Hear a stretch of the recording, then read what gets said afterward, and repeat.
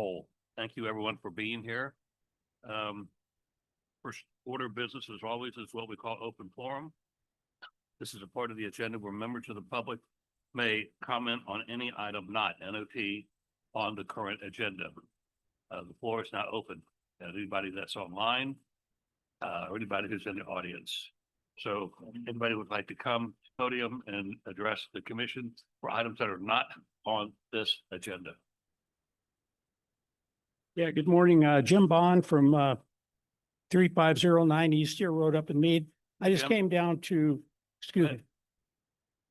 I just came down to emphasize my submittal to be included in the GMA for this process. And I understand it's a big long shot, but I have submitted a little bit of information on how our 28 acres plus 5 acres of right of way through the Meade Airport has been totally encroached by 40 mobile homes from Shenandoah Mobile Home Park, the airport itself, which is private and commercial operations, and now at North 40, which is about 400 feet away. So we are a big island of non-farmland that I've cared for 35 years. And originally it was 3.5 houses per acre. And since then it was downsized or downzoned to 20 acres per house. We live on the property. One of the things I did in 96 was ask for a 4-lot subdivision, and it was approved by all parties, the fire department, Whitworth, Avista, everyone. I have a approved road plan by Raymer Engineering. I have an 8-inch water main by Whitworth. And all I'm asking is for your consideration to get me where I could at least sell half of it.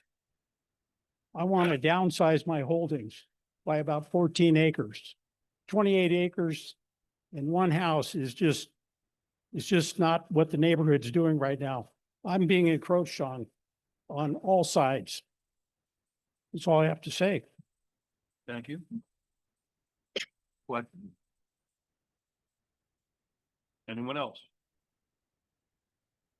Now it's time to step forward. Anybody online? Thank you.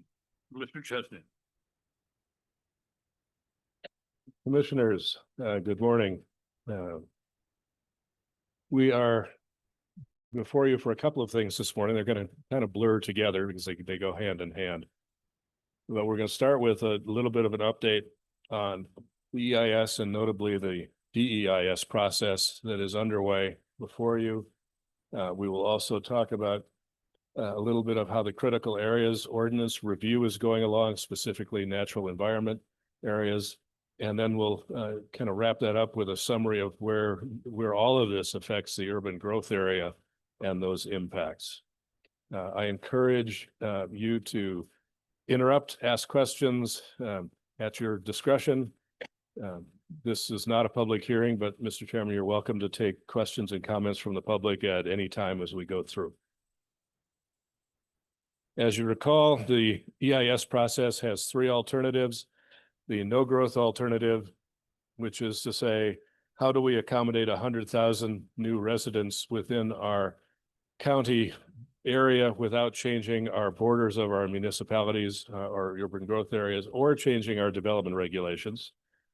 And alternative 1 that says, can we change only the development regulations to accommodate that population in the cities and the UGAs? And alternative 2 saying, if we keep our historic platting patterns and densities, can we accommodate that growth with some modest, not necessarily expansion of the UGA, but movement of borders to allow lands to go in the path of development? And remember, our basic hypothesis on the UGA 426 is it will be smaller in acreage, total acreage, than it is today. So the EIS, again, is looking at reasonable alternatives and trying to address how those impact the natural environment in a way that either suggests hazards or things that can be mitigated, or things that suggest development should not be accommodated in certain areas. here are some of the things that are what are in that in terms of, and we got kind of the first three chapters here for you. We've got, everything from public involvement up to the SEPA comments, and then the impacts of and mitigations based on those elements that you see, 7 of them over on the right side. As you can imagine, they all come together at one time, which makes it a multi-part moving object to try to bring those together in a meaningful fashion. In the alternatives themselves, this is what we were talking about. We've got the study areas and then the objectives, which of course we're going to be working on to talk about what are the public policy goals and objectives that will drive this study of the 3 alternatives. And then the impacts and mitigation measures, again, based on these criteria that are traditional in environmental impact statements. And so that's a little more in the weeds, so to speak, than we've gone with you before.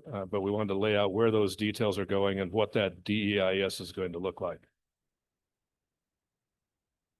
So, and then here's kind of the bottom part of that. The affected environment, the impacts, mitigation measures, and significant unavoidable adverse impacts in all of those categories that you can see on the left side. Things like West Plains stormwater mitigation come into play here. Percolation on the north side for unsewered areas. Transportation concurrency versus growth in various areas. That'll all be wrapped into this document at this stage. So here's kind of a sample of what we're talking about in terms of the natural environment or the natural zones in alternative 2.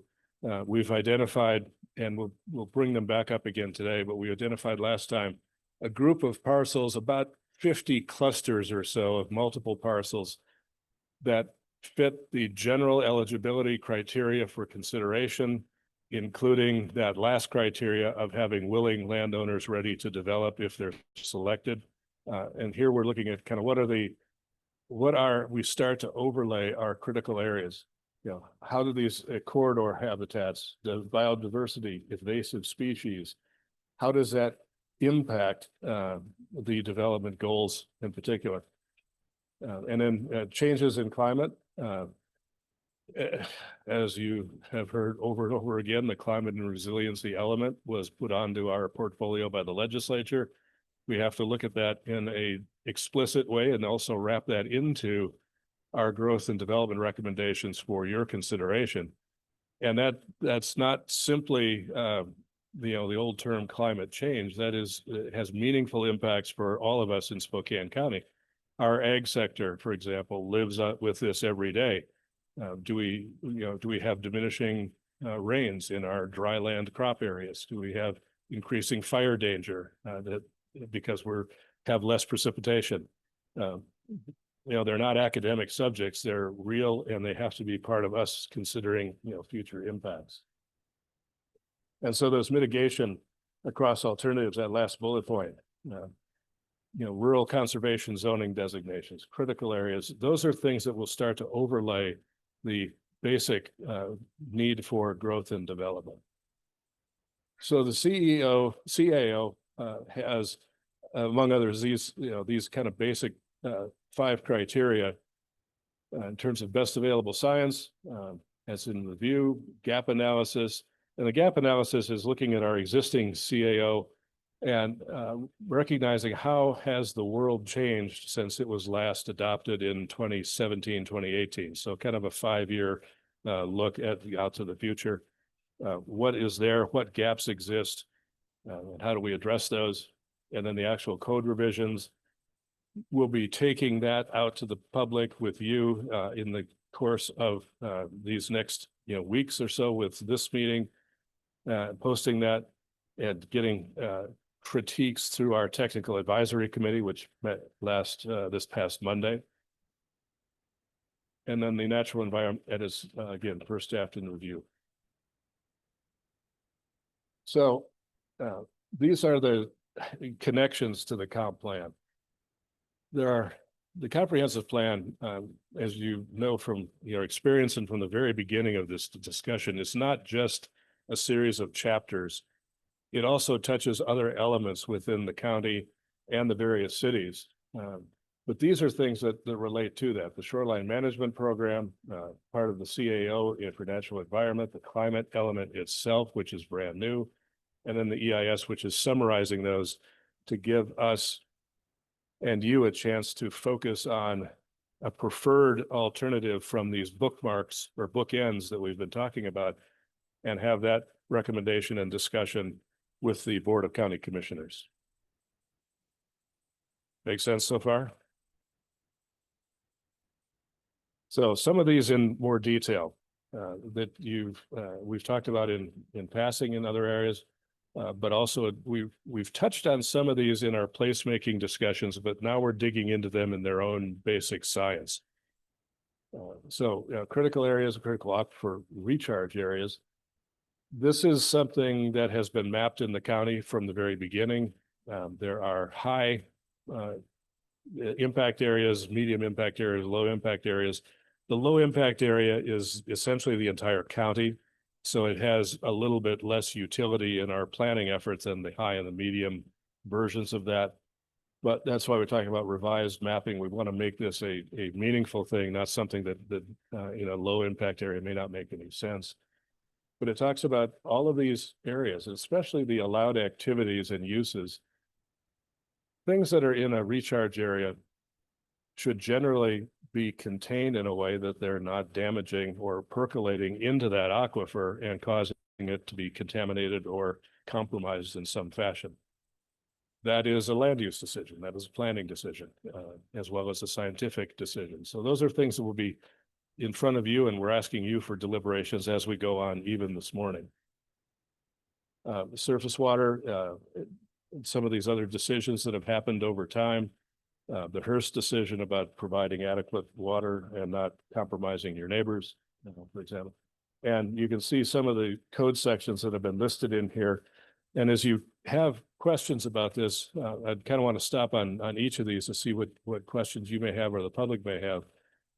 Tammy Camper from Facet is here to answer those questions. She is the primary scientist behind this and the author, and can help answer those in a way that I cannot. I have enough knowledge to be dangerous on that. She is our subject matter experts, and she can answer questions specifically if you or the public have them. So with aquifers, anything that you'd like to ask or comment on or concerns? Clyde? I know years ago, we had studied the aquifer quite a bit when we were working on this same program. To refresh everybody, I assume everyone on this board understands and knows exactly where the aquifer is and is not. But that was a leading question or comment. Do we have a map so people would become familiar with it and understand the aquifer? Because I think it's a very critical item for this beautiful part of the country. I may have lost track of presentations we've been making lately, but yes, we have a map, a slide with the aquifer, the Spokane Valley Rathdrum Prairie aquifer on it. We also have maps now with the West Plains aquifers as well. And I don't know if we've shown those to you or not, but we have them. Leading that forth, I know of an instance where EPA is now involved in a issue in another jurisdiction, not the county, but another jurisdiction. And the clarity of knowing where the aquifer is at it's so critical, and all the jurisdictions have to be on the same menu because it's one aquifer. That's period. That's it. And it's so important that we understand that, because just because it's not in your jurisdiction, the same thing. And so are we going to be having the override over the other jurisdictions if they don't address that? That's what I'm asking. Well, the easy answer is no. We don't have that authority.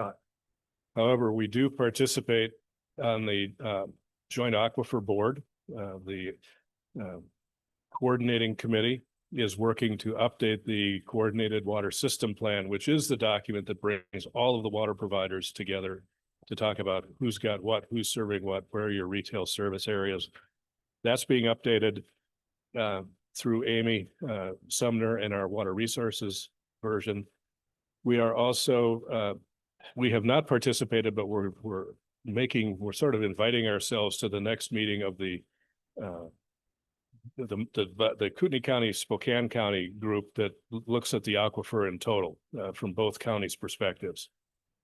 My predecessor, Dave Callahan, wanted to involve ourselves in joint planning for that specific reason, for aquifer protection. And as we move into this EIS, we'll be trying to get a hold of that group and trying to go in front of them as well. But also, it's important to remember that the Spokane Valley Rastrum Prairie Aquifer essentially ends its western journey at the river. And everything west of the Spokane River as it turns north is in the aquifers that are from the West Plains that go in some version, as we heard from Chad Pritchard, from the Canadian border all the way down through the state. But there's that 2-layer aquifer that the West Plains has to draw from that is not part of the Spokane Valley Rastrum Prairie Aquifer.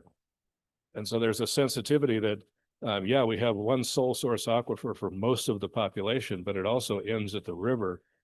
And the only municipality that is currently delivering sole source aquifer water is the city of Spokane through its service area into the West Plains. So it gets very complicated. And its water is primarily taken from that same aquifer.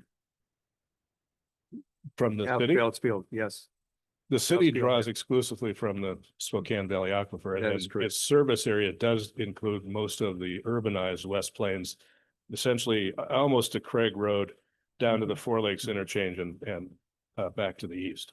It's just real good information when making decisions like this because it's really a remarkable item that's going on with that aquifer. And I guess I know way back when we were always concerned about how the Kootenai County is handling that, and with their massive amount of development, I'm in a total awe. I don't, because I haven't heard anything over the last 10 years. We have not been involved in a detailed fashion, but yet the platting that is taking place in and north of Post Falls into the Rastrum Prairie is significant. If that is fully platted without municipal sewer, that could be a huge issue. And that's where the two counties absolutely do need to work together, because it's, you know, it's under the state of Idaho to start, but it's everybody's water in, you know, for 800,000 people draw from that aquifer. The interesting part, just side bit, is that it takes 5 years for the water to come from Ponderay Lake to the exit or aquifer, and it's all underneath this exact area that you're speaking about. And boy, it is a big area. It's interesting. In the Midwest, you know, aquifers are 1,000 or 2,000 feet down, and they never touch the surface, and it's very old water, millions of years old water. In the Rocky Mountains, there's a Denver basin that's got a 5-layer basin of aquifers that they draw from. Colorado Springs draws all of its water out of the mountains. There's no groundwater underneath that part of the high plains, and so everything has to come out of reservoirs in the mountains. Here we've got that combination. We draw some snowpack that fills our lakes and then fills the river, but the river and the aquifer intermingle as they go through, which is geologically very interesting, but also lends itself to hazards. It makes it very, very easy to contaminate the aquifer. And you know, anybody that's driven out to the east in the area north of Sprague Avenue and sees the open lakes that were part of, I don't know if it was Central Premix or if it was part of prior mining activities, that is the aquifer. You can see, I mean, that lake is connected, or those ponds are connected to the aquifer. They're not standalone ponds. So it puts that aquifer at serious risk of harm if it's not protected.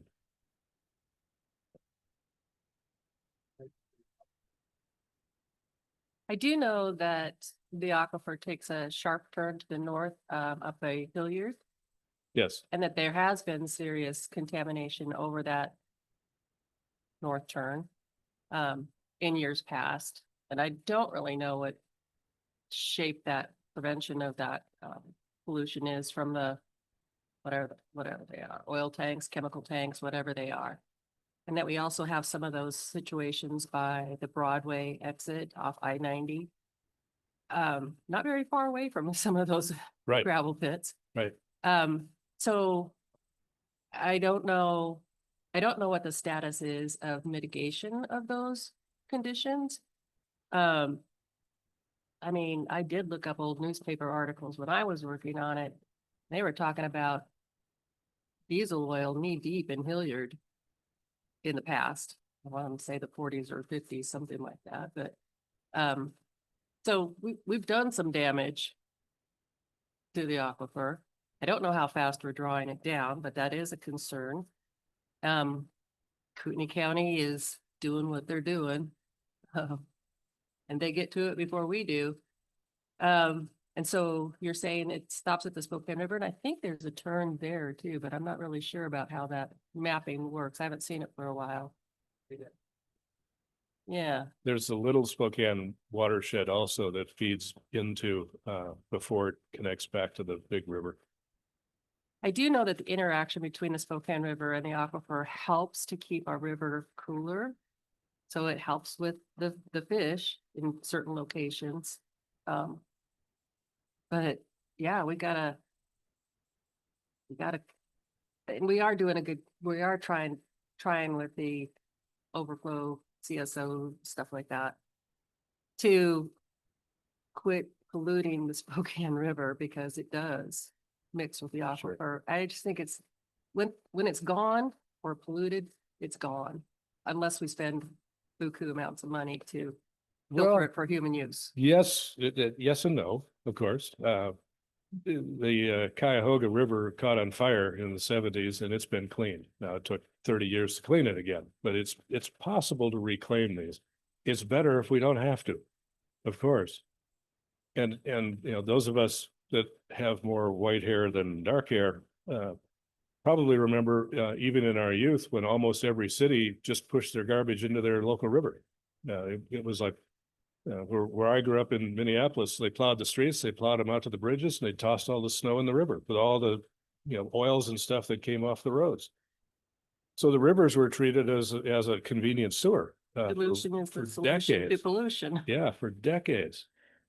You know, it wasn't until, you know, the EPA and frankly, the Nixon administration that kind of caused light on it, and Earth Day, you know, Gaylord Nelson making that, and of course our Expo. Spokane has done a huge amount of improvement on the river through the River Keeper and others. And so we have a lot to be proud of. But also that means we don't want to go backwards. We want to make sure that as we grow, we're protecting that resource to the degree we can. We do have a little bit of a conundrum. You mentioned the Hilliard and the north side. The county had a sewer installation initiative in the mid-80s to bring sewer into that area of North Mead. And it was particularly because the soils there are sandy. And so they percolate, which means the septic systems percolate very quickly into their surrounding, and it sits on top of the aquifer. So the county realized, you know, decades ago, we need to put all of this on a municipal sewer if we can. Well, they got this far, and then growth management was adopted and said you can't run a sewer outside of your urban growth area, and it stopped what was otherwise an incredibly valuable program. We meet with our sewer or our wastewater management team upstairs, and they tell us we've got 24-inch pipes that are stubbed out here. We expected to sewer all this way to the state line to cover this area, and we were stopped.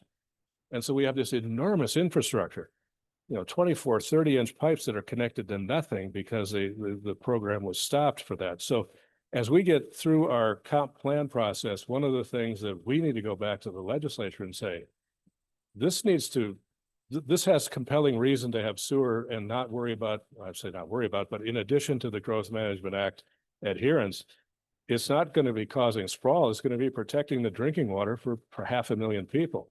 So that's a secondary issue that got stopped early on that I didn't realize until we started this plan. You know, the county was trying to do this incredibly good thing for the environment. It was like, stop. Just a side note, the Ogallala aquifer in Kansas, I believe, is Oh. running dry. Yeah. It can happen. Yes. Yeah, and other places, Arizona had great groundwater, but was drawing it all out for agriculture. They actually saved water by building thousands of homes instead of irrigating cotton and citrus fields, which is, counterintuitive. But in the Northwest Phoenix Valley, there was so much water drawn out that the land was subsiding. It was literally shrinking down to drop into those old groundwater basins. So it does happen. You can run out. In Whatcom County, they have their adjudication process going on right now.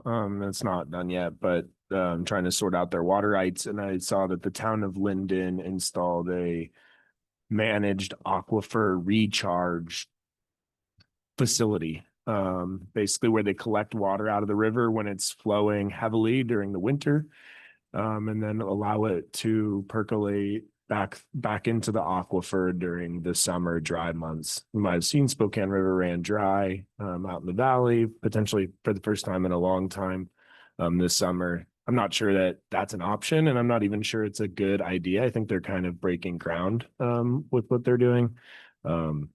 It's on the Nooksack River, but an idea for the future. Yeah, aquifer recharge is not uncommon in areas. Again, Arizona does it quite a lot. They take a lot of the cap water that comes out of the Colorado River, piped all the way across the state. The cities that have allocations of the cap canal will typically take them and inject them back into the soil to recharge their aquifer for some future use. And so it does happen in some areas. Other thoughts? Yeah. Onward. Conservation habitat areas. You can see some of the corridors that were isolated on the map. Again, this is something that sometimes gets short shrift when you talk about land conservation or aquifer protection. We have wildlife, and many of us have had moose and things in our yards from time to time. So it's not just in the rural areas. It's important to protect that habitat as well. If we can and not build on it, if we can build around it, if we can use our conservation techniques to work on that, that is something that we leave as a legacy to our successors. Wetlands, again, critical, small c, critical part of our ecosystem. They provide cleaning. Some percolate into groundwater, some do not. They also provide habitat for birds and wild wetland creatures, things like that. So it's something that's been protected for a long time, but we have to recognize where we are. I think what we're seeing in some of the best available science and our gap analysis is we might be wanting to rethink the buffer areas around these wetlands because we may not have sufficient protection for some of them as it is now. That can be controversial, but if you don't have sufficient science-backed buffers, then there's almost no point in having a buffer because you're invading into that safe space, so to speak, and it's not helping those in certain ways. So Is there an appreciable amount of wetlands in Spokane County? considerable. If you, I find that curious because I mean, we're kind of high desert here. Yeah. I mean, you need hydrophytic vegetation to sort of establish the baseline for that catnip. I find that very interesting. if you, and that's a good observation, but one of the things we've learned is there are three kind of basic soil types in Spokane County that spread out to all of our neighbors. On our north side is this sandy loam that percolates very well. On the southeast side is the dryland areas where all the the Palouse exists, and then you get to the basalt areas in the area and to the southwest. And the basalt areas, because they don't percolate, create a lot of opportunity for these wetlands because they exist and they can flow among themselves, which is why, if you recall the constraint map we did for wind turbine energy, it showed that the entire southwest quadrant of the county had these scablands that were wetlands and fragile areas because of that basalt underlayment that goes all the way up into the south hill of the city. It's why there's a 500-year floodplain on top of the South Hill. That you wouldn't think about because it's 500 feet above the river. It's like, how could this possibly have a floodplain? Well, you get a 100-year rain event and that water can't go anywhere. And so it does this, it pops up and then it takes, days to flow off the hill. Oh. Entertain comment? Oh, yeah, let's do it. Go ahead. Somebody's on? Oh, great. Morning, Commissioners. Mr. Chesney, this is Paul Kropp. Your third bullet point there says mitigation requirements and banking. What is banking, and is it something the county does or will be now looking to do? So. This is Tammy. Hi, Tammy, looking on the, so mitigation banking, when you do mitigation, ideally, we've always wanted to have it on site. So if you disturb wetlands, if you filled them, you would want to have it on site, definitely in the same watershed. It's getting more and more challenging to find mitigation on site. And also we found over time that the little itty bitty tiny mitigation projects all over the place, little postage stamp ones, oftentimes they aren't successful. They get invaded by weeds. The hydrology is not good. It doesn't end up adding a lot of value. A lot of times you're taking out a high quality wetland and replace it with a low quality one. There's not much enforcement or regulation to make sure that it happens. And so more and more often now, I think there's only one mitigation bank that I know of. They can be public or they can be private. I've worked on developing a lot of them over the last 25 years. And the idea is that you find a space, hopefully a really large one and near a good conservation area where it adds a lot of value, and you do restoration and creation. And you work with the agencies like the Army Corps, up here it would be ecology, to determine how many credits you get and what types of, is it riparian? Do you have emergent?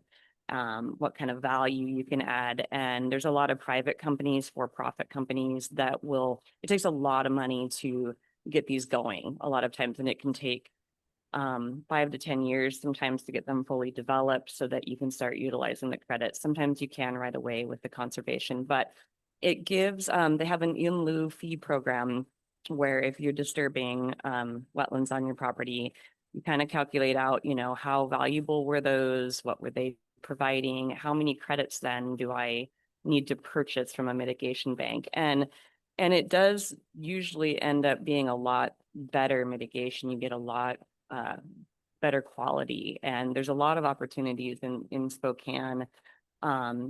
A lot of times, like in California, it's Caltrans, the Department of Transportation, that will fund a lot of these and build them, and then other jurisdictions can use them. Sometimes it's private, but I don't know if I answered your question. Well, at first I didn't like the idea of them, but over 25 years, I've really thought that these really large mitigation projects that get monitored and cared for and watched for years end up adding a lot more value than these little itty bitty tiny mitigation projects.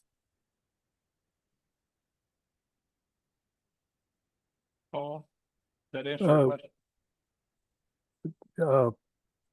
question? My question has to, I understand the concept, and that was a really great explanation of what it is. My question is this banking going to be looked as something the county will develop and make real for the next 20 years, somehow in its goals, policies, and regulations? Yeah, I think that typically counties will work together, or like I said, with federal agencies. Typically, counties don't have the amount of money it takes to build a bank. So usually they'll work with an organization or a company or other agencies, and they collaborate and work together to build them. So what I've seen in the past, the ones that I've worked on, like I said, they were primarily funded and built by the Department of Transportation with assistance from some private companies and some jurisdictions. And then they ended up sharing the credits, but they work together. Typically a county doesn't have the funding capacity to do it all in-house. And so in the next year or two, I'm hoping to get together with agencies and different people to try to work on building some out, but it is usually difficult for a county to do it all by themselves. Well, there are always challenges, but again, my question is, we're looking at restructuring and restating the county's goals, policies, and regulations. And is a goal or policy to implement wetland banking Yes. going to be in there? That's Yes, it is, Thanks. Paul. I understand your distinction. Tammy's outlining the challenges of implementing that, but in terms of adding that as a goal with a series of policies, and then trying to create development regs to protect that is very much on our list of things to add into this chapter as it comes forward in detail. So yes, we will create a more robust goal and policy for wetland preservation. Well, thank you for that. Just one more thing, Mr. Chairman. At a meeting on the similar topic before the city's planning commission yesterday, this topic was brought up, and they would very much greatly like to have, I'm sure they would partner in figuring out how to do this, because it was a specific comment by staff. Thank you, Mr. Chairman. Thank you, Paul. He said the city plan commission. Yeah. Listen, So, probably a pretty obvious observation is that wetlands have benefits far beyond what's visible on the surface to people. I mean, the benefits extend far beyond whatever the delineated wetland boundary is. So that's important to keep in mind. And I'm not really sure. I should be sure because I helped write the last wetland one for the city. If development is going to be allowed to throw money into, excuse me, a savings account, who determines how much money has to be thrown into that banking system to eventually build the mitigation wetlands? When the fact of the matter is, we'd be much better off not messing around with the natural wetland in the first place and all the functions that it has for the community. We certainly understand that, and yet, for example, the West Plains is, with interstate highways, with railroads, with airports, is in the path of development, and yet it's in the top part of that Scablands area. As Tammy said, the previous action of taking one wetland out and trying to create 3 or 4 in that same area is probably not creating the same net benefit as the wetland that was there to begin with. So if it has to go, if it has to be relocated or mitigated because of development concerns, finding a better place that's within roughly the same watershed gives us a chance to recreate a more high quality wetland. It's not a perfect world, but if we'd have to stop development if we were going to preserve all of the wetlands.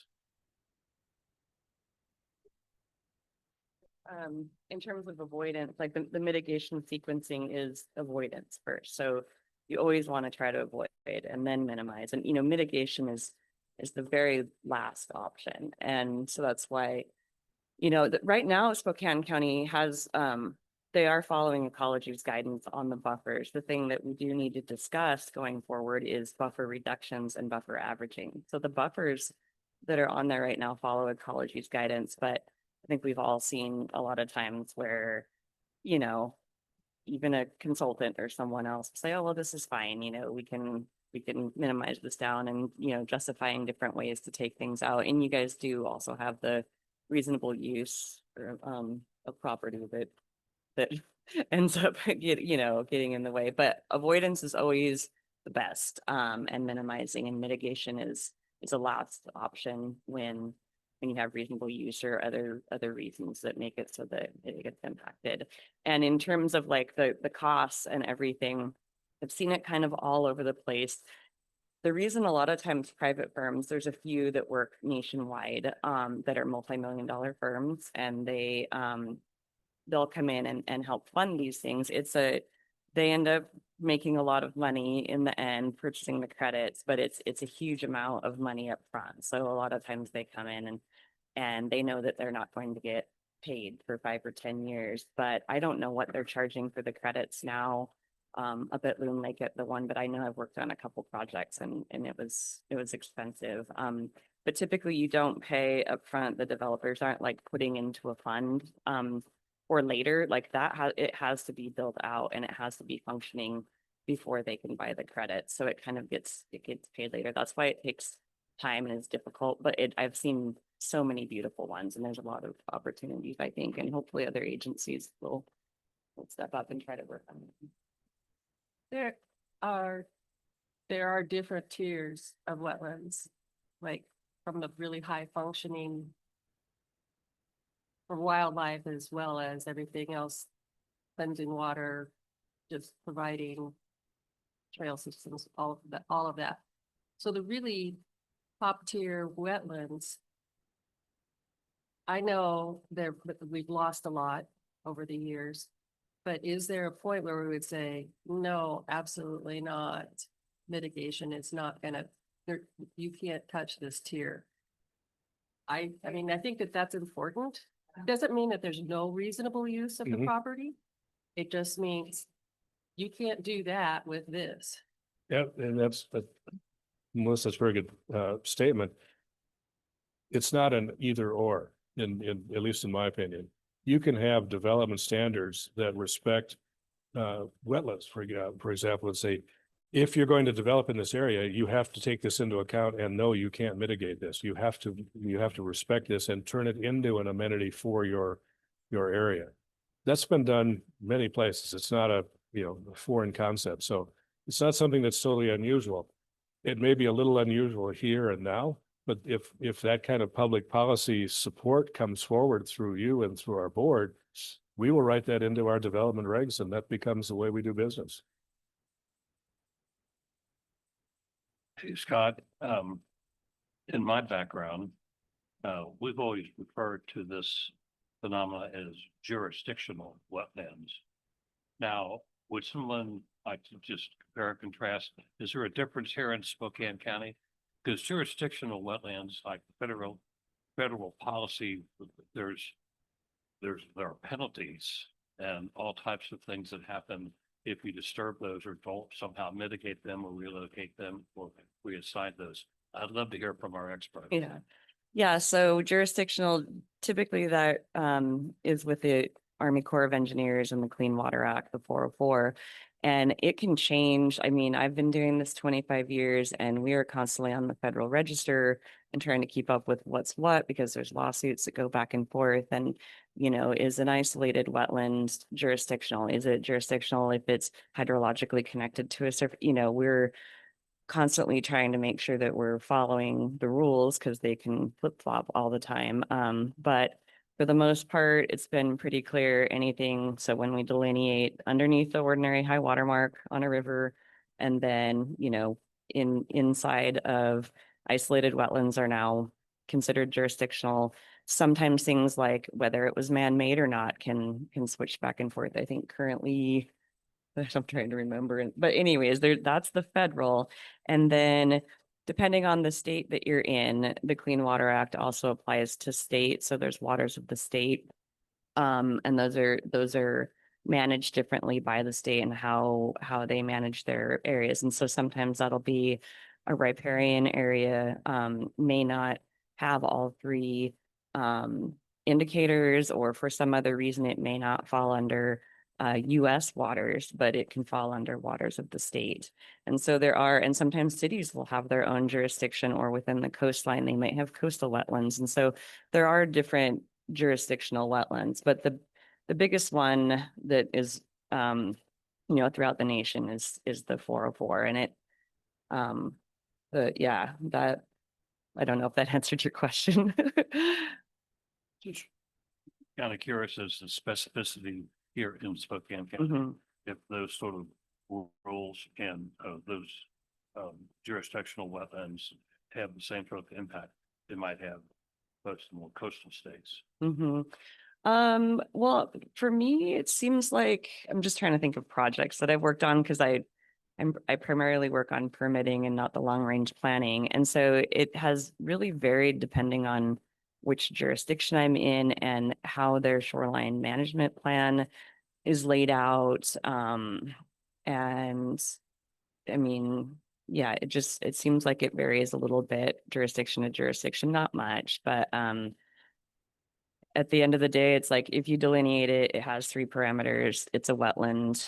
And then most of the time, if it doesn't have those 3 parameters inside of Spokane County, it may have 2 and it doesn't fall within the guidelines. And in some cases, those do function as wetlands, but they don't meet the criteria. So We're talking about policies and Policy. these good thoughts here, but if a developer came and wants to build a development and there were some portion of it was in wetlands, whether it's jurisdictional or which is still a little confused. Yeah. Can they get that permit and fill them in?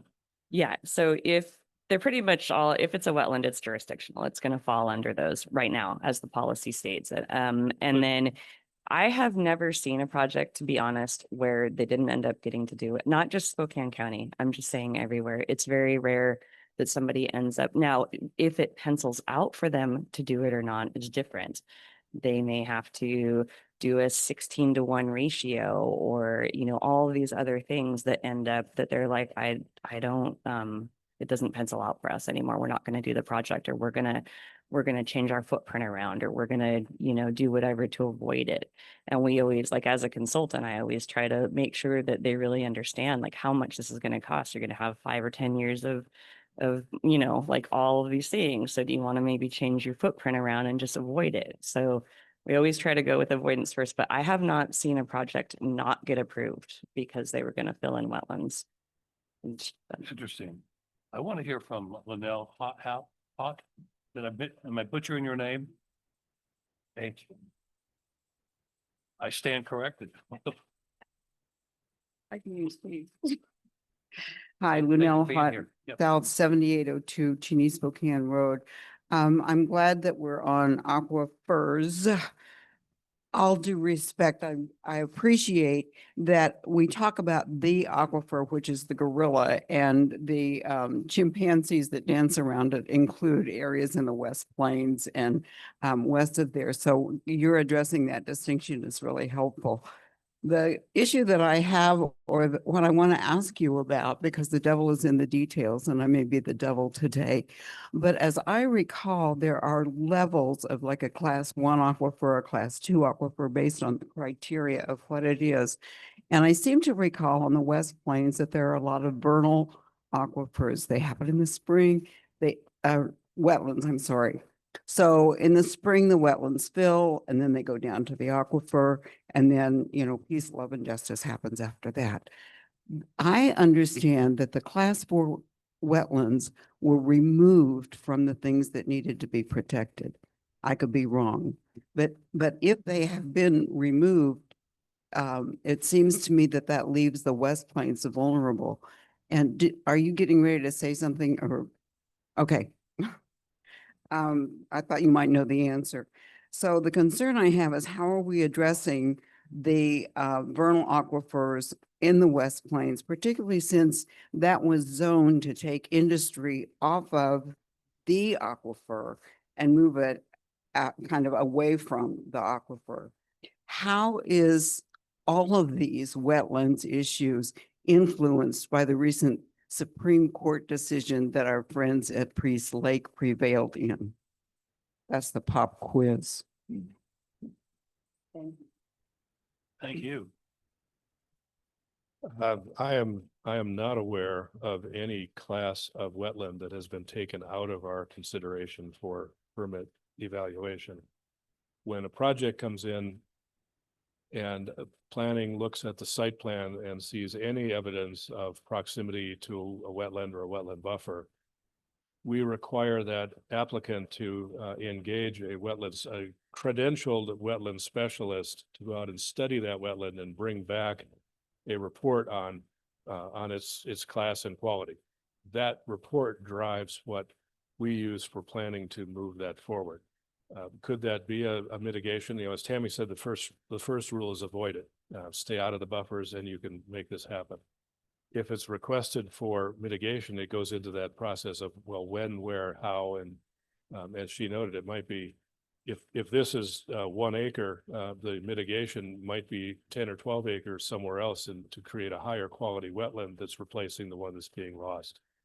I'm not aware of anything that has changed, you know, type 1, type 2, or type 3 version in our world. And I will confess, I'm not aware of the Priest Lake decision specifically. Now I have something to go look at and do some homework and find out what that's all about. Pop quiz. Yes, I know, I failed. So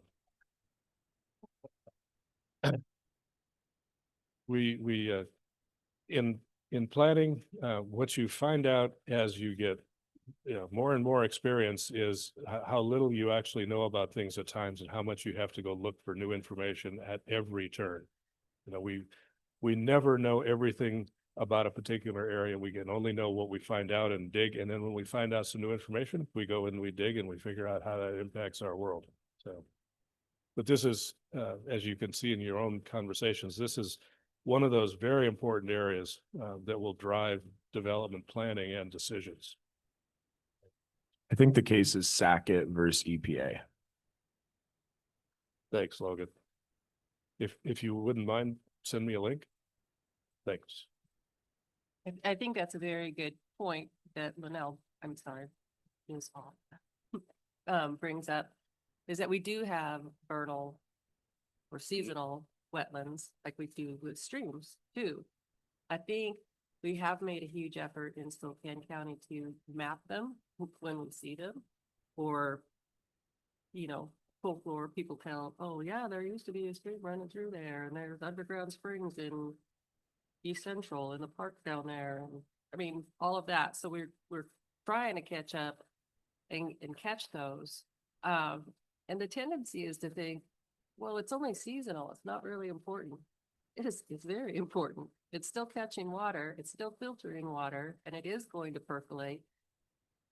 And it still does need some level of protection, or at least making sure that we just don't fill it in and forget about it, because it's needed at some point. So I think that that's a point well taken. Yes, I understand that development's going to get permitted as long as we, you know, if we go along the course of avoid it, minimize, and then mitigate as a last resort. But I would like to see policy strengthened where needed, backed up where it needs to be. Best available science has changed. So taking that into account is, I think, super important. And I know we skipped over fish and wildlife, but I know the tribes are really interested in that. Yeah, I was just gonna say quickly, just yesterday, we added 2 paragraphs to the CAO based on TAC guidance. We try to get more and more clear language on reporting. Spokane County is great that they have a list where you have to be, and I'm a professional wetland scientist, and I appreciate that, because you do see a lot of people that, you know, don't have a lot of experience going out there and like, oh, and I don't see a wetland here or something. And so Spokane County does have a list, which is great, and make sure that, and so when we go out, we do delineate for seasonal wetlands, and there's a lot of really challenging ones that are difficult, but we put language in there like, you know, if such and such, it has to be timed at the right time of the year. If you aren't able to see what the grasses are, different things, or if you don't take an adequate amount of pits or look at it, you know, so there's a lot of language in Spokane County, I feel like. And there are good wetland scientists here. There's probably some not great ones too, but I feel like the county's done a good job of trying to make sure that those seasonal wetlands that are often very difficult to see are delineated properly.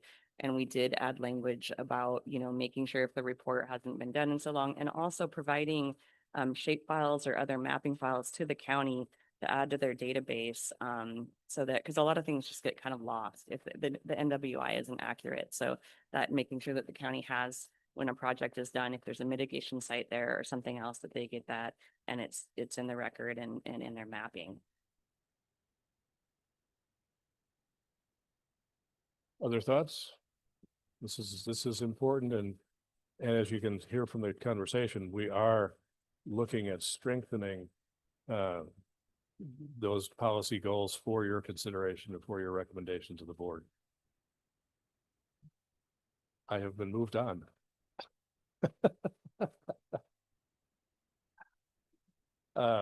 Flooded areas, somewhat obvious, but it is a factor of some of the changes in our climate. We get sometimes higher water areas. They come into high risk drainage areas, and they're more frequent than they used to be. So it's a new thing we have to recognize. I don't know how well this kind of information can be mapped, but it's more of here's what's happened in the past. Here are some areas to consider. And it sort of begs the question of, are we developing in areas to create, and not so much on the right, which of course is, you know, downtown urban areas, but are we creating too much impervious surface in areas that shouldn't have it? You know, should we be changing the way we build or not build?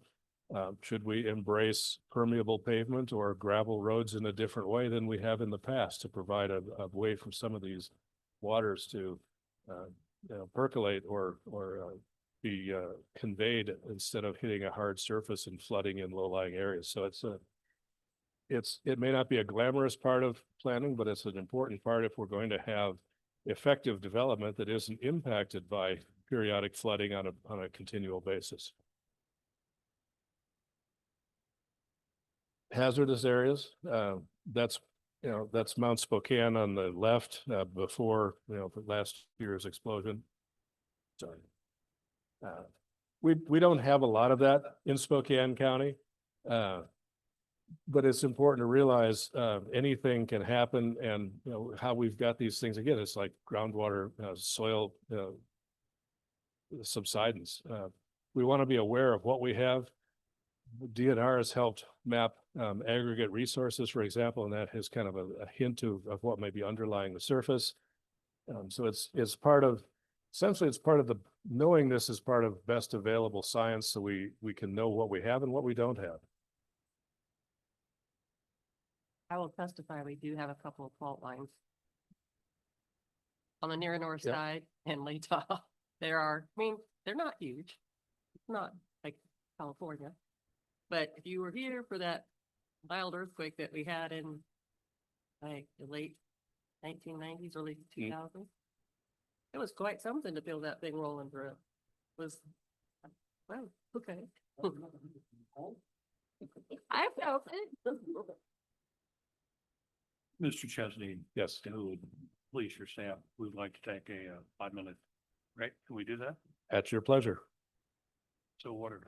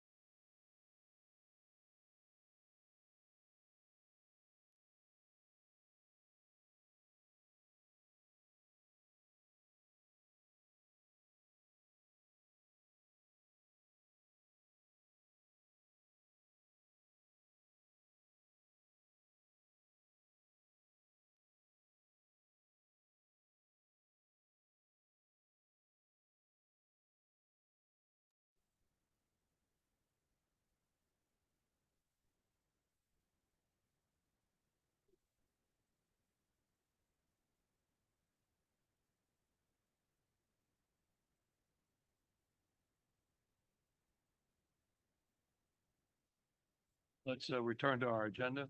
Scott, go ahead. Yes, sir. We're going to move on a bit. There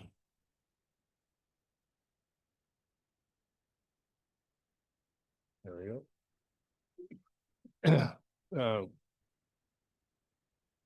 We were talking about the DEIS. We wanted to go through some of those critical area discussions for you. Now we want to talk a little bit about how they're going to impact growth both in and outside of the UGA. You've seen these study areas before, but we want to show you now the impacts of alternate one and alternate two. And again, this is more mathematics than it is planning at this stage. But for example, in the North Metro, if we look at capacity and the projected growth in the area, if we do nothing, we have essentially a deficit of 6,000 units. If we use the alt-1 density increases, that gives us a 4,000 unit surplus. And we're going to hit several of these to show you examples. But it's important to realize that while the math suggests we can make a 10,000 unit shift on this, the question for you and for our commissioners as well as our public is that what we want? Are people willing to live in higher densities in this area? Or is there some combination that we need to look at? So the basic math suggests, yes, we can do it. The question is this the quality of development that we want to see in our urban growth areas? Excuse me. West Plains has a surplus and will have a larger surplus if these changes. And chiefly this is because there are still quite a number of platted lots out there that have not been built. The Aspen Park subdivision for one, and others that have been more recently online. So this was not anticipated, as you know, this was mostly planned 20 years ago as light industrial land, just converted itself into residential in many cases. So it's created a bit of a surplus, but this is also one where we think, kind of hinting that neighborhood zoning might be really helpful in the future. Another example, southeast corner of the city of Spokane, 57th, between essentially Palouse or Perry and the highway, then going up into Glenrose.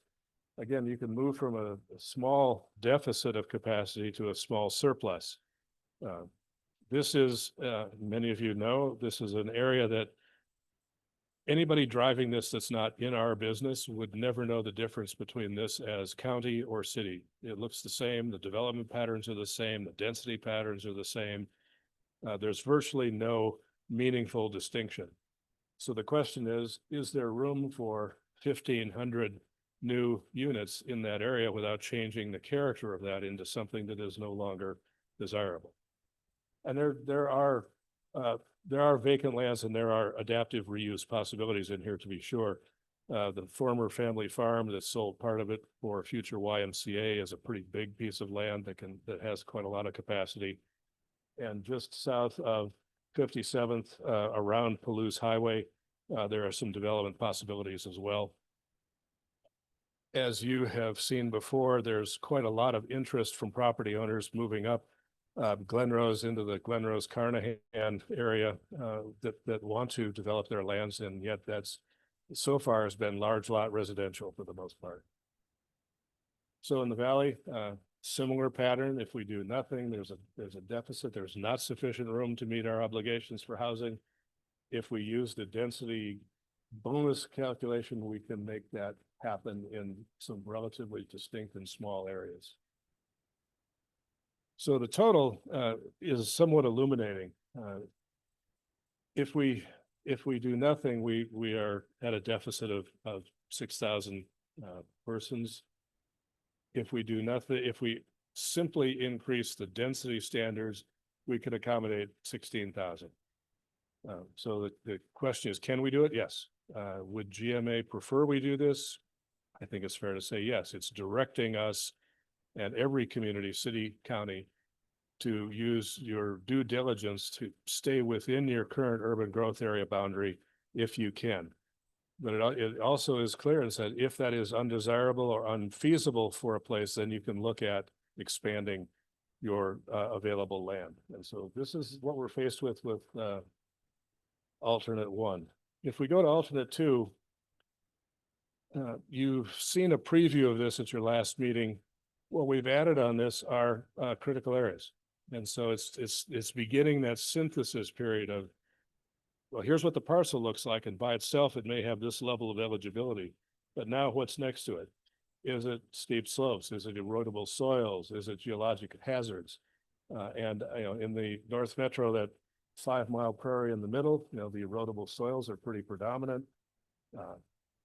There are some steep slopes, not surprisingly, surrounding that 5 Mile prairie as it drops down to the river. On the north area, there are wetlands. The Little Spokane watershed is pretty clear. It goes through there. So there, this is that kind of layering on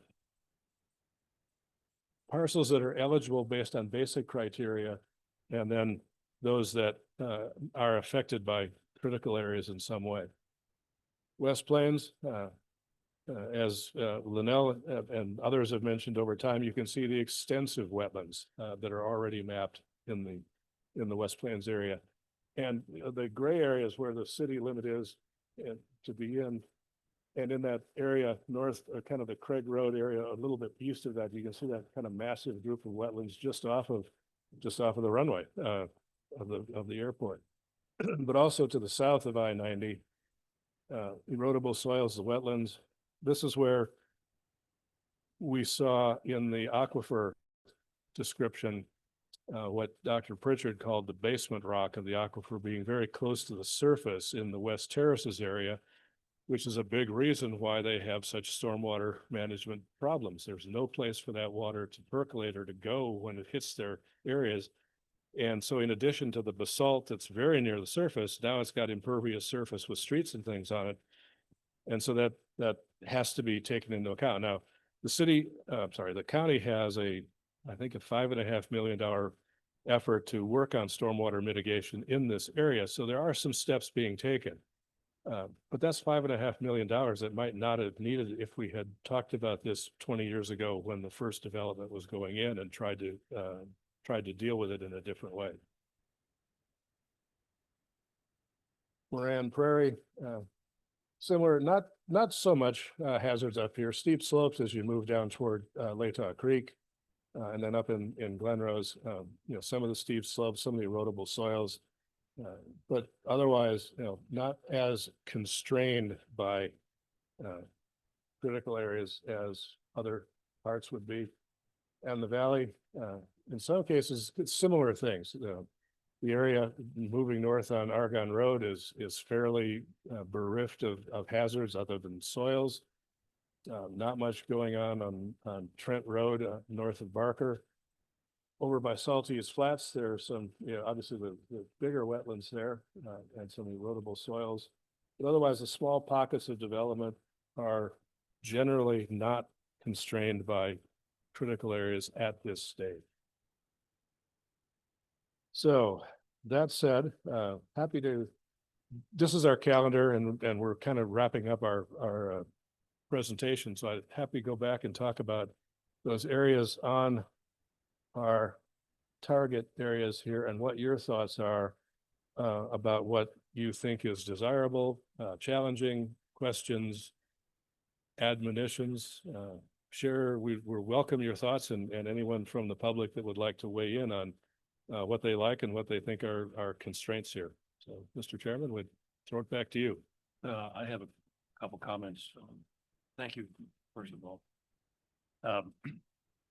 So the no action doesn't appear to be viable in any way, shape, or form to resolve these issues. We have to go to alternate one. And my second question is, and that's preferred by our authorities, our governing growth management people. Well, that is simply my opinion. But the GMA does direct us to be diligent in trying to use density and regulations to accommodate growth without moving your boundaries. So yes, I totally get it. So, yeah. is it fair to draw the conclusion that alternative two can be used in combination with alternative one? So there'd be sort of a hybrid sort of result Yes. at the end of the program. Is that what Yes. what I'm seeing? Yes, and to go back and refresh everyone's memory, the reason the EIS process created these two bookends, alt one and alt two. Yeah. Is to reflect that those are the edges of possible opportunity. Neither one of them in their exact same state is probably likely to be useful to Spokane County. So you and ultimately the Board of Commissioners picking any combination of development scenarios in between those bookends, so a hybrid model, means that we're on track to keep that moving forward. If we wanted to pick something outside of those bookends, we have to essentially start over on the EIS process. So we drew these bookends to give us a lot of room to find a compromise in between. Thank you. And as we talked about that, just to get a refresher, the idea is these are areas, this last set of slides are parcels outside of the current UGA that are eligible by our basic first run, first cut criteria. There's also the idea of what we call that neighborhood zoning, which was first initially envisioned to apply to larger parcels outside of the UGA to create neighborhoods instead of subdivisions. But we've looked at that as a way of using that higher density component, but doing it in a context of neighborhood or commercial neighborhood zoning. So it's not just simply higher densities in our current zoning. So we think that neighborhood residential, neighborhood commercial might be a compromise tool within the UGA to increase densities in certain targeted areas that would still then allow for this lower density development to take place on our edges. Scott, correct me if I'm wrong. I think somewhere in the not so distant past, we saw some mapping with where the development pressure has been, both commercial and residential. And like a comparison and contrast where it's not happening. And what's, what these areas that have had development over the last, 7 to 10 years. Mhm. So that we can see which areas have been taking the brunt of development or have been the most, yeah, we want to develop here. This is where things are happening. And those areas that have been relatively untouched that are still in the UGA. That's Or true. just outside. That mapping was part of our land capacity analysis to show what is available lands, what has already taken place in that UGA polygon. And we'll be producing a series of those for our next demonstration. What's left in that polygon, and is what's left likely to develop in this horizon, or is it going to hit a hurdle of some kind? Should it be considered within that neighborhood residential framework, or is it something that we should say, this is not a path of development, we should check the next polygon? So yes, you recall the maps accurately. We'll use those in this next go around to talk about the viability of those remaining vacant lands and underutilized lands for infill development. And did we see mapping available for the other jurisdictions in the county, the other small towns? And We've not produced those I know that in the county's helping. the show, but yes, they've submitted. The city of Spokane has an extensive land capacity analysis document with their maps in it, showing their density heat maps throughout the city and their ultimate targeted densities. We have not evaluated or challenged them. That's their choice on how they do that. What we were looking to the cities though is this second round of, so the math works. Tell us if this is really going to be part of your public policy and that you can support it by all of the concurrency and infrastructure tools that show that you can in fact have this level of infill development. So like Millwood and Airway Heights and all of those, they should be filtering into the county because the county is ultimately responsible. The county is responsible for creating an urban growth boundary. Yes. The cities are charged with accommodating their assigned growth within their boundary if they can't, they're supposed to say, I can't. And then there's some, that's where, you know, PTAC and the steering committee come together. It's like, well, you can't just say you don't want to do this. You have to have your own due diligence to say why you're not able to accommodate your population. And in the city's case, they can say we can easily accommodate our population, you know, almost 3 times that. Their challenge is, okay, then you need to go the other direction and demonstrate that you have the capital facilities to do that are adequate over this period of time. And that your public policy, you know, your human policy is saying that, yes, this is how people want to live in the city. If they're going to have that higher density, we simply want them to make that statement that they're aware of it and they're going to own it. And just correct me if I'm wrong, but I think it's important to point out that the county, along with the cities, can go further than what the state has asked them to do. They can't go lower. They can't not meet the threshold, but they could go beyond it, go, look, we don't think that the horizon that we're looking at now is really going to be sufficient. So we're going to plan for 25 years. Theoretically, just that's a hypothetical. Yes, from a good planning perspective, our team is looking at a 50-year horizon. At the moment, we're doing that quietly, you know, in our studio, because the challenge is to produce a 20-year plan that is GMA compliant, which is what we're going to do. But to do that, you know, just like our predecessors did in 2001 to create the urban reserve areas, we need to look at what happens when this is a metropolitan area of 1 million or more, and say what can we look at now to tee up in the next round of an urban reserve to say this is where we really need to consider that, and now we need to stop worrying about these other areas because they're unsuitable for development. So yeah, we are taking a secondary look at that long, what I would call sort of an ultimate build out approach. But that's not factoring into this other than if something is in the path of development now, will that continue beyond that 26 plan or 46 plan, or is this a limit that's going to build itself out and be done?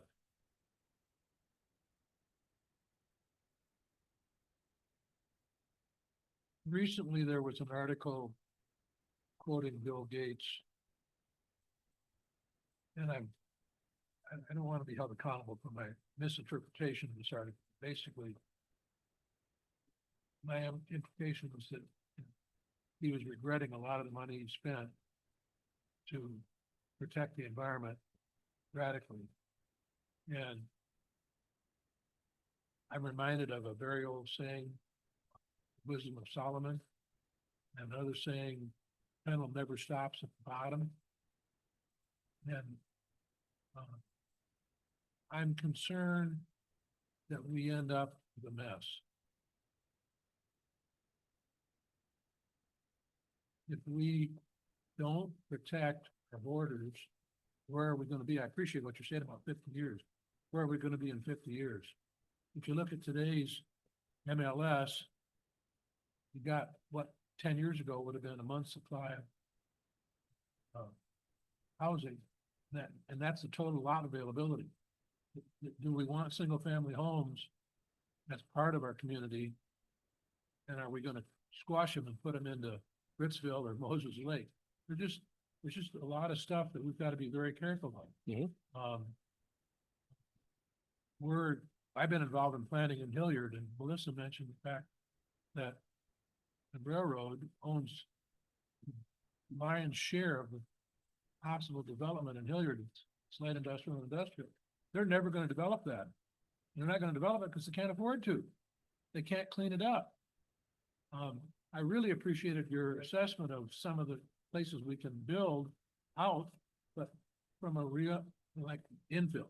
But how do we recreate? How do we do that? And I love that we got to try to do it, but I mean, and I don't have the wisdom of Solomon. I mean, how do we get to those things? And I just am concerned that we look at where we want to end up with the community.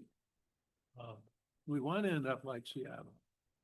That's not a criticism or. Yep, understood. But I'm concerned that we pray for the wisdom of Solomon. We, we look at these things.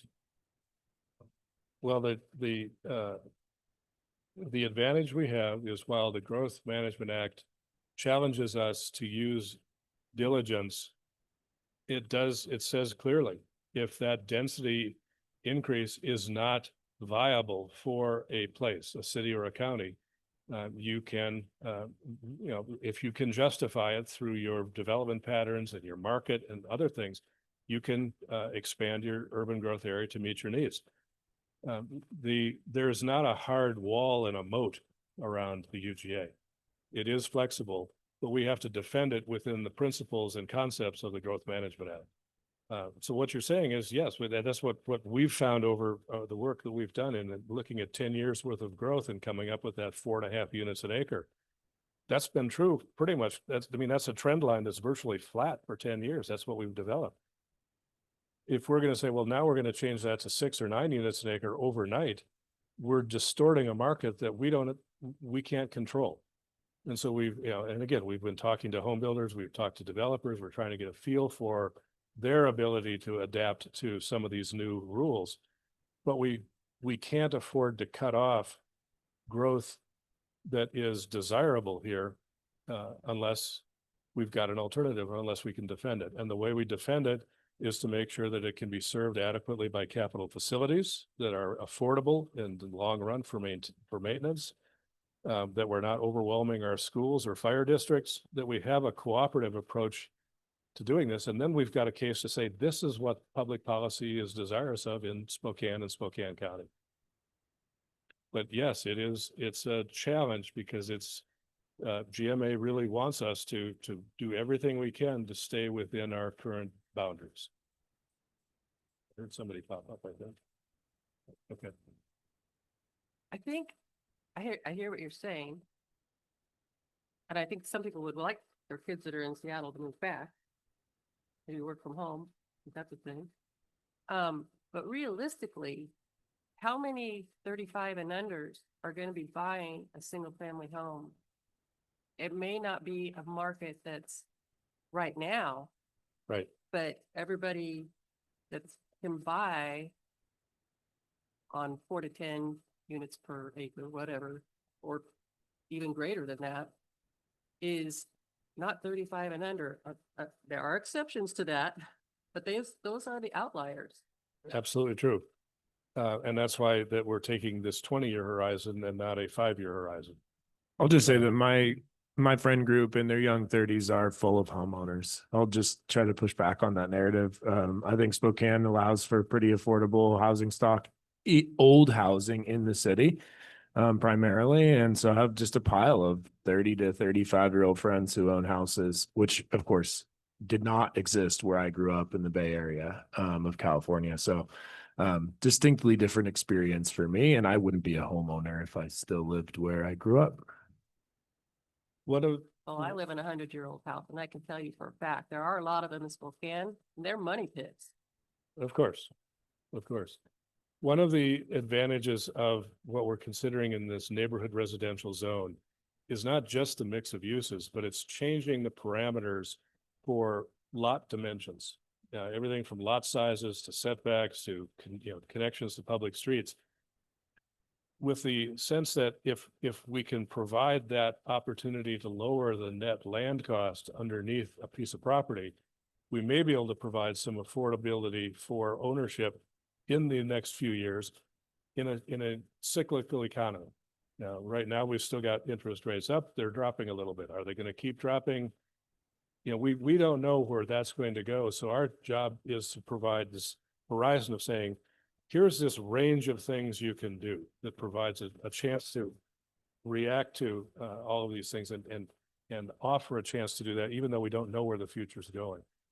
Totally understand, though. It's right now, it's kind of a fool's errand. They're given the rules that exist in the county and all of the cities, you cannot build an affordable housing that's ownership by 80% and under AMI. It really just can't be done in terms of building new. You can find, sweat equity, you can find DIY homes and do that, but you can't build them. And so there's a balance. And same thing happens, as Logan was talking about. A generation ago, someone would build that, 3 or 4 bedroom bungalow. They'd grow up, their kids would leave, they'd sell that and they'd move to empty nester housing. Somebody else would come in, buy the bungalow, their kids would move up, and you have that succession. And that housing unit would get used multiple times over a century. We've kind of lost that in some ways, but this neighborhood zoning is also taking into account that maybe we can recreate those different kinds of facilities where you could still have that generational transition take place, but stay generally within your neighborhood and not have to move to Phoenix if you're going to retire. So there are lots of moving pieces, but we're trying to provide as much flexibility in that as we can, and for your consideration. What is the final sale price for a home that is 80% that could be attainable for somebody 80% AMI? Offhand, I don't know. Tate has worked out all of this down to a mortgage monthly. I'd be mortgage interested in cost, that but in a future workshop, Yeah. just because it's hard. We say that number and it doesn't make any sense, but when we have the full number, oh, Tate's coming, sweet. Yeah,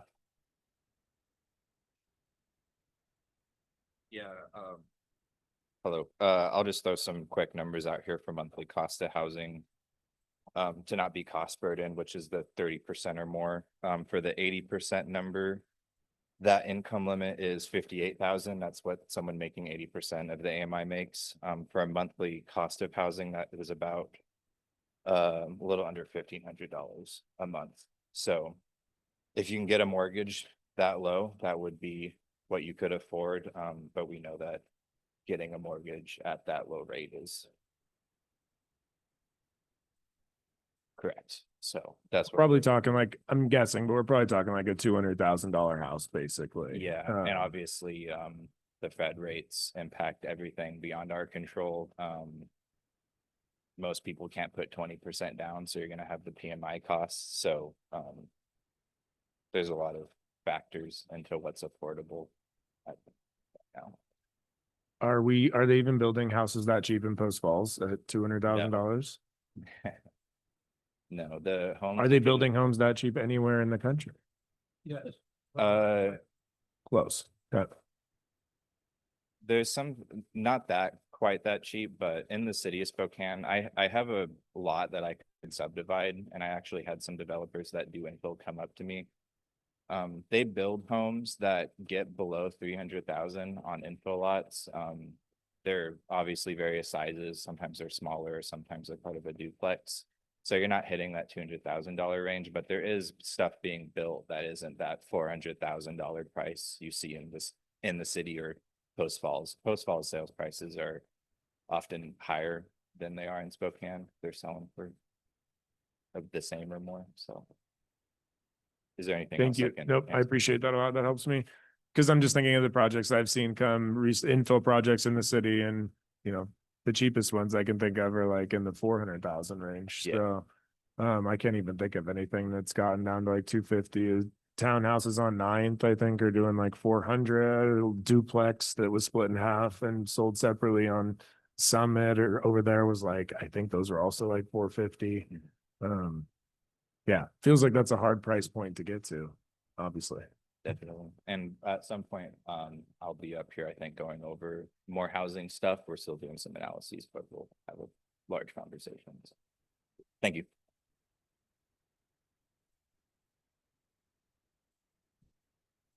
Pete, I've shared this with Scott, it's not new, but I've been exposed to a marketing firm, Zonda, that put out a publication a year ago about best master plan communities in the country. And what shocked me was, and there was 1 or 2 of them in Seattle. I don't remember the exact numbers, but the average home price in these master plan communities, and they're mostly in the southern third of the United States, they run from $220,000 to $350,000, and they're self-contained. They have the recreational amenities, parks, retail. Is it possible for us to look at some of our perimeter spaces? Let me back up. When I started in real estate market in the late seventies. That's all we had. They weren't really master plan communities because that wasn't a term that people thought about. But developers went in and bought a section of property and they built it out and they master plan for it. And we don't have those opportunities. And the other thing that's happened too is, and I own a rocky steep hillside, believe me, it's a lot more expensive to develop a rocky steep hillside than it is prairie land. But looking at the maps you've got, some of the land that we have is developable, and is it something we should consider making part of? If you want to come into the UGA, what's your plan? Is that something we even dare look at? Because right now, I don't know how you get a master plan community, and I don't know how you get down to Logan's question about it. How do you get down to under $300,000 for housing, and it's can't do it with infill? No, for the most part, you cannot, and that's the genesis behind the neighborhood residential and to a lesser degree, the neighborhood commercial zone idea was to create the conditions for a master plan community on a smaller scale. So that you've got that mix of amenities, you got the mix of uses that you would get in, you mentioned where someone can take down a full section of land, 640 acres and plan that out. The boom times in Phoenix and Vegas that was happening. They take 2, 3, 4 sections of land and plan for 8,000 homes and start building them. The chief difficulty we have here is scale. We don't have that kind of land available for the most part. There are a couple of opportunities in our urban growth area of study areas that can do some of that master plan style community. And yes, we would look at those as desirable because it creates a quality of life that we think people would want to move here and occupy. So we can't require it. We can't use it as a definitive factor, but as it comes down to suitability, if a project is ready to move in that direction, yes, it would be something that we would consider. I want to challenge, we can't do that. And I guess it's because it's my nature to challenge anything. But the concern I have with what you're saying, if it's true, is money talks. And you take a section of land, and if you don't condition it to accomplish multifamily or mass community, by how you condition it, the money's going to talk, and those 5 to 6 units per acre or 10 units per acre that you want could easily end up in half an acre lots or acre lots. Well, that is precisely why we're considering that neighborhood residential zone. If a suitable piece of land was found to be otherwise qualified and within the parameters of extending our growth to meet that area, that would be the zoning that would be part of that. And we would have a conversation with that landowner, say, That's where I was going with it. Yeah. this is the ticket to move forward. If you can do this, we've got an opportunity to make this happen. If they had a different opinion, we'd look at a different option. But we're not in the business necessarily of picking winners and losers. We have to make these decisions based on both statutory and code defensible criteria. And a development plan, as well as anybody, is just a pretty piece of paper until the bulldozers start moving. There's lots of plans that look really good when they come in for entitlement and end up not happening. Mr. Chairman, one of the things that I've observed and been watching is that where the Fairways Golf Course is headed towards Four Lakes. We had the beautiful housing and the beautiful golf course 20 years ago. And since then, it's been subdivided and we got homes being put up all around. We just are now having a park being put in across from the Fairways Golf Course. And if you look at that whole area going towards Four Lakes and the land that's available, that to me is an opportunity for what you're saying, where we can have different levels of housing and opportunities. There can be a community. I-90 is really accessible. 904 to Cheney's there. You've got the bus turnaround also, where the petrol stations. I mean, if there was ever a unique piece of property where we could do this, that is really a unique place, and it'd really be neat if somehow we could get different developers to come together to look at that Because otherwise, you're right, it's gonna turn into 1 acre, 2 acre lots, et cetera. And we're gonna lose an opportunity to really help the community get into low-income housing, et cetera, and build a community that you're talking about. And I'd love to see somehow for us to be able to put something together for everyone, businesses and developers as well, to look at what that opportunity would be. Wayne, we agree. We think that is an outstanding opportunity to bring together development that's already there and knit that into more of a neighborhood, building a neighborhood, almost a small village out of that corner. We totally agree. Mr. Chairman. I may have become older, but you know what? I still have a good memory, and I want to say thank you to this complete board and people out in front of us. 20 years ago, and again, I'm sorry to always come back to this, but it's reality. We were talking the same subjects then. Not quite. Because now 20 years later now, it's still there. The challenge is, but we collectively, along with staff, have to find a way how to make it work better. Make it work better. And I don't want us to forget where we've come from. And I keep on coming back to Airway Heights. And back then we said, well, we don't want to lose the industrial aspect. So let's go with that type of zoning. That's why there's so much of it out there, because it's easy to adjust to what the needs are going to be. I had no idea 20 years ago what the demand was going to be today in Airway Heights. Had no idea, but I don't think we did anything wrong. I feel that we need to give flexibility. I'm on the far right side of saying, I need to have flexibility to be creative. And that's what we have to do. And Scott, I'm challenging you and your staff to come forth with answers for us to take a look at. And I'm sorry for carrying on this way, but I just think we need to look positive that we had it 20 years ago, we have it still, but we need to do it better. And please don't get frustrated out in the audience out here, because we have moved forward. We have moved forward. And I'm invigorated with it, and I know time is precious to all of us, and I just want to say thank you. I really do. Sorry for my words of the old man. No worries, Clyde. We accept the challenge. That's exactly what we're trying to do, is provide a contemporary set of policies, goals, and ultimately development regs to build that vision that wasn't directly contemplated 20 years ago. Mr. Chairman, that's all we have today. Thank you. Great conversation today. Good thoughts were brought forward. Summary? I know. Let me just say, at this point, as I often do, I want to invite anyone who wants to make additional comments, because the last thing we want to do is discourage the very last participation.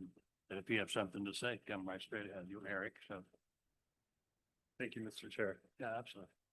So I apologize for not having a sheet of paper. I wasn't planning on speaking, but I was taking notes throughout the The presentation. intent was not to worry about this at this juncture. Don't take too long, but I will not. Yeah, right. Thank you. To address some of the points that were brought up regarding especially the neighborhood center aspect of things. I feel like the development that we're hoping to build in the Latah Valley, Cougar Cliffs, is exactly trying to address a lot of the points brought up by the commission. We are hoping to have a full range of housing types, including apartments, townhomes, cottage courts, age-targeted housing, single-family housing, as well as a neighborhood center that would include retail and ideally medical offices. We are also well aware of SRTC approving its Horizon 2050 comprehensive plan document in the next couple of months.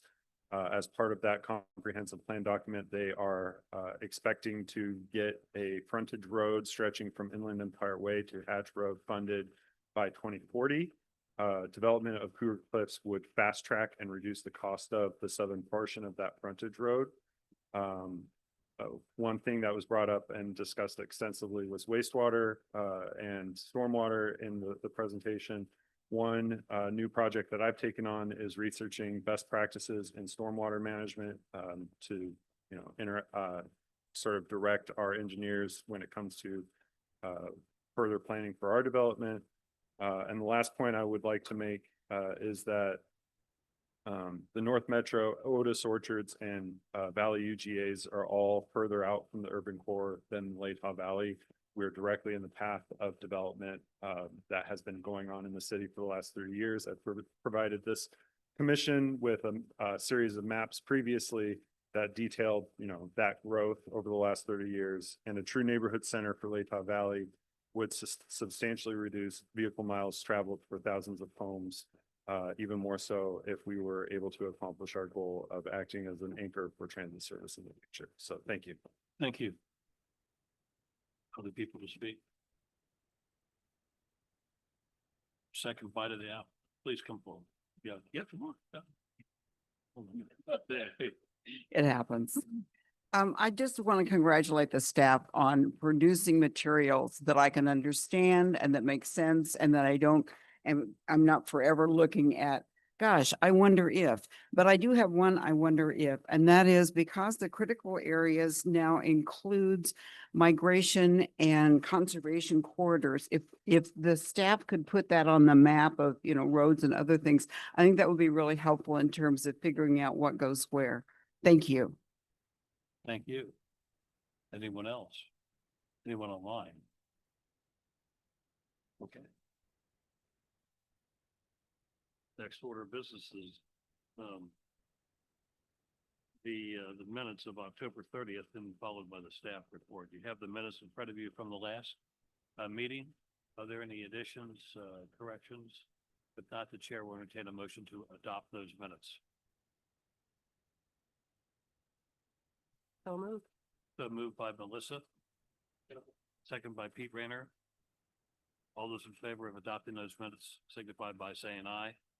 Aye. All right. All against by saying nay. Those minutes are hereby adopted. Thank you. Staff report, Mr. Cheston. Briefly, Mr. Chairman, we will be conducting a December meeting for you. That will be, the timing on that will be roughly at the same time as our intended publication of the DEIS. So we'll have a chance to review that draft document with you before it hits the publication date. And then we'll be talking about potentially other elements in the comprehensive plan. And then we will regroup in the coming year. So we will see you in December. And by the way, that meeting is the same week as the steering committee of elected officials meeting on December 10th, where we will also have a chance to discuss some of what we've had before you, but the emerging rationale for the bookends and how that's going to affect the EIS and involving all of the communities through a discussion with the steering committee. With that, Mr. Chairman, we are done. Any comments from the commission? It's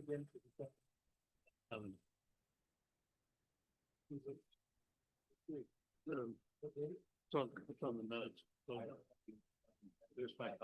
I believe it's the 13th or The 11th, the 11th.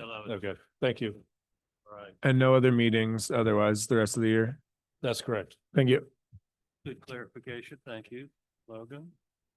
Any comments in general that the commissioners would like to bring forward? If not, the chair will entertain a motion to adjourn. So moved. So moved by Logan, second by someone, second by Melissa. Without objection, we are hereby adjourned. Thank you. It is 10:50. Thanks, Ronna. Well done.